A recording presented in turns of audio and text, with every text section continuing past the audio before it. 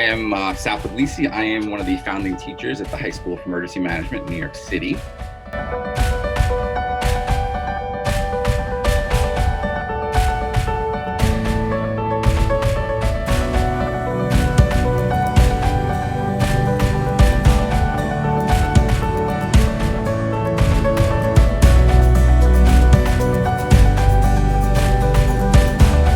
We're the only high school of its type currently. We specialize in emergency management with a couple of different pathways.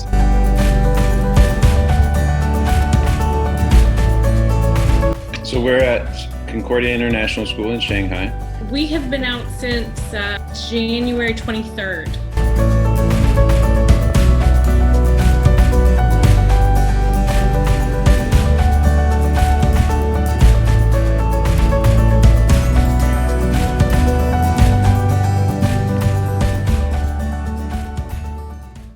I feel like our school was is like, emergency management, but I feel like the other schools, the students weren't really that prepared since they don't really take classes like that about emergency management and things like that. And I feel like kind of like coming from like an emergency management school and knowing things like how I knew that if I wore a mask, it wouldn't prevent me from getting sick. It would just prevent me from getting other people sick.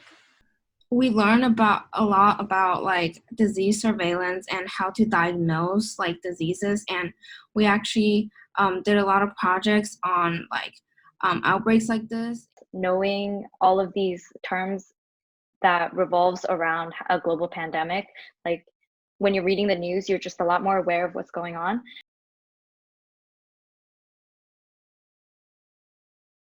I think something that should improve is the way that the news was given. There was a lot of different opinions based on very different sources, and not all of them are reliable. To prepare for something like this in the future, they should prepare and organize a way to inform us a specific way so that us, especially us teens, won't freak out, because that affects a lot of mental health and anxiety and all of that. The inconsistency in messaging, I feel like that was a huge issue, no matter in China or in the US.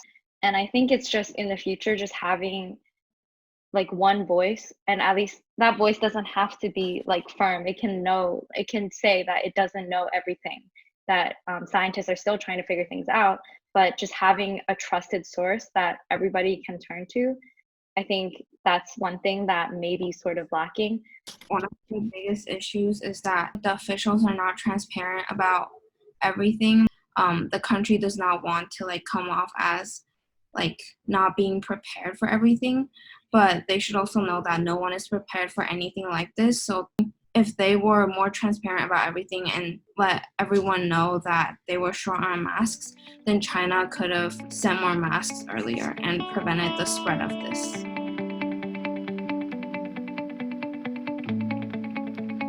I know at this stage, when I was at this stage, I was pretty sad and also like very stressed about the whole thing. So how are you guys feeling? Stressed, to be honest. I feel like I feel like when you're stuck in between like four walls, you pay more attention to your thoughts. So it's like way more difficult. How did like being in quarantine like affect like personal relationships, like mental health wise?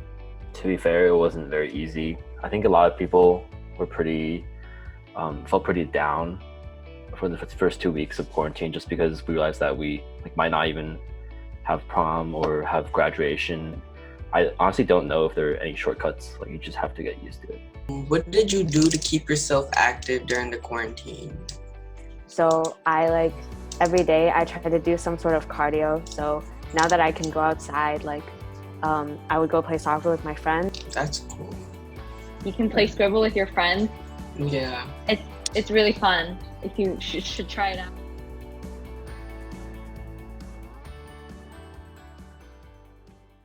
Because of quarantine, I got to spend a lot more time with my parents, and I got to talk to them a lot more because they also had to work from home, and I really liked that about quarantine. I think we're all students who are gonna head to college soon, and maybe we won't get to see our parents as much, so this is like a really good time to spend with our family.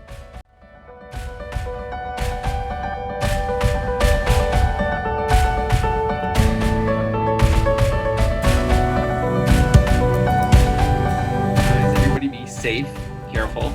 Remember to wash your hands. That's like the catchphrase now, right? Bye. Bye. Bye. Bye.